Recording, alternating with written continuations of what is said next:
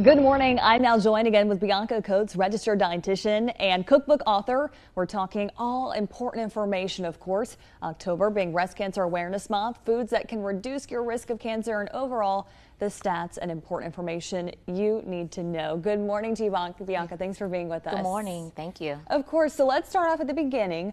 What are the stats of breast cancer right now?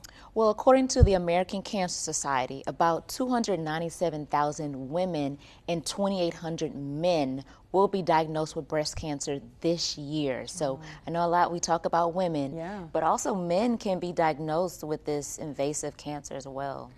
You know, of course, with October being Breast Cancer Awareness Month, so much, news and emphasis is put on it, right? But also, we talked earlier about, genetic factors and things that can, I guess, give you risk of breast cancer, but also there's diet that can help play a part in reducing that risk. So let's talk about that. Yes, so definitely genetics can cause, and a lot of times we're like, I'm doing everything right. Why did I get this diagnosis? But genetics does play a factor.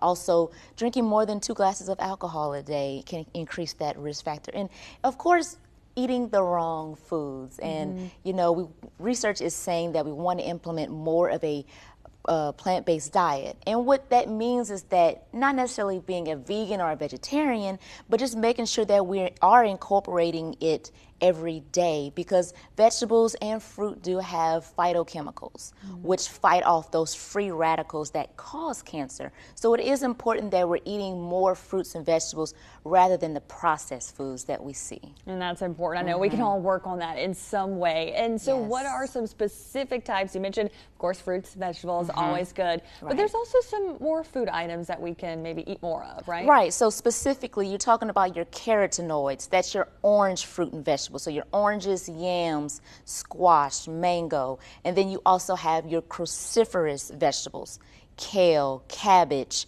that's your broccoli and cauliflower. And then you also have soy. So a lot of times we talk about tofu.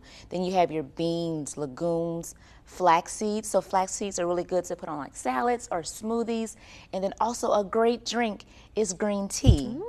So green tea has your antioxidants, and that's important to fight off any chronic disease or free radicals as well. That's easy to remember. Green tea, all those other important foods that we can incorporate into our daily diet to help us hopefully reduce our risk of breast cancer.